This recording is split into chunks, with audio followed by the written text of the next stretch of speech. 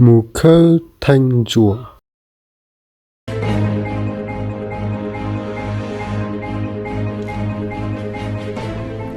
Hay đi, ở chả có chiếc xe nhung muốn nào lên biết ta nó. Ở đây chả cho nhung một số bỏ đi. Lúc thì nó tao chỉ có nhớ nữa. Hay à, ở giờ nó in nó, rồi là chọn nó sẽ chỉ cho chế nhật lý thiên. Ấy lúc thì nó vô lý chả nhớ tao nó. Một sự chuyện gì chả một chỉ luôn đi bà.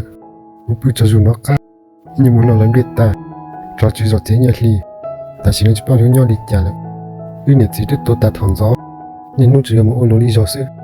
Cô sinh ra thì cô cho lúc rồi nó chết, cô muốn chết khỏi chết nó. Ấy có bọn đó cũng muốn, nó chỉ nhớ sao một khát tiêu, cô sao một bí lúc nó chết theo.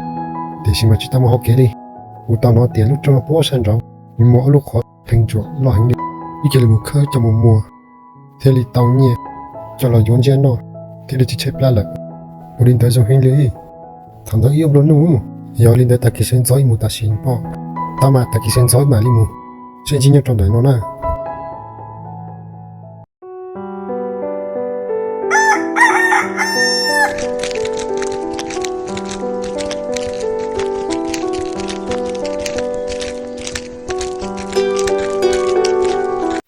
Sao chơi lại nó nói bị vào ít giờ hào liu nè.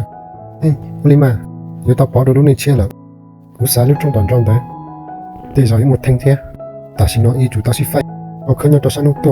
Họ cố mà nhưng mà khơi nhau cho sân nước bông này để giàu yên chế tao khó thành chủ tao mà ta xin nó cũng muốn cho sân nước to này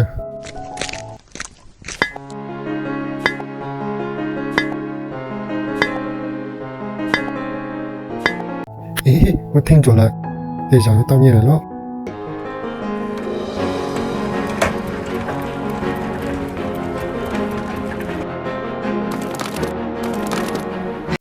ở bên nó khơi sai hành lý nó nói chúng tao rằng nói khó là chữ sĩ thì ta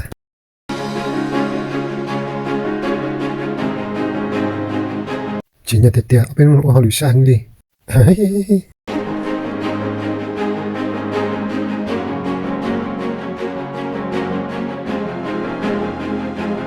yên kia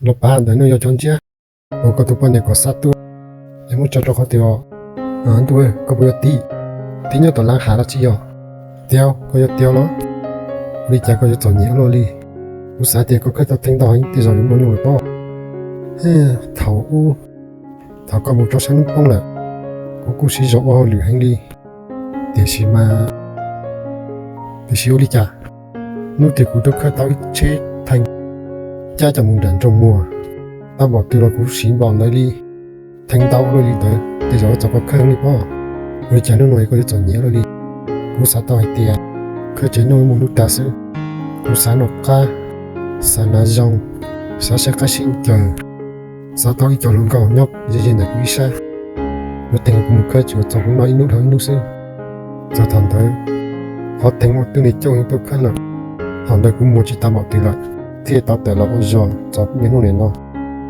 ấy còn này giờ đi chạy có thiên muốn không nữa ý chỉ sợ thì có tao chỉ cho tao từ con này trong gần thì nó